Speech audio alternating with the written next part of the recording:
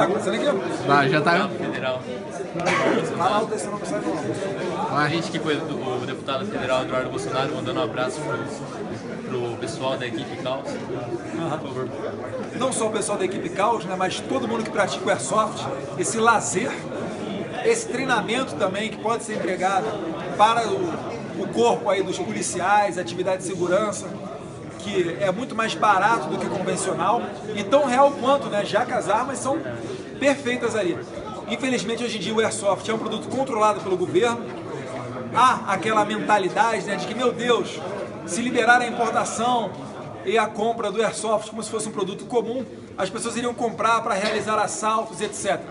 Meus caros, hoje em dia os assaltos continuam sendo realizados.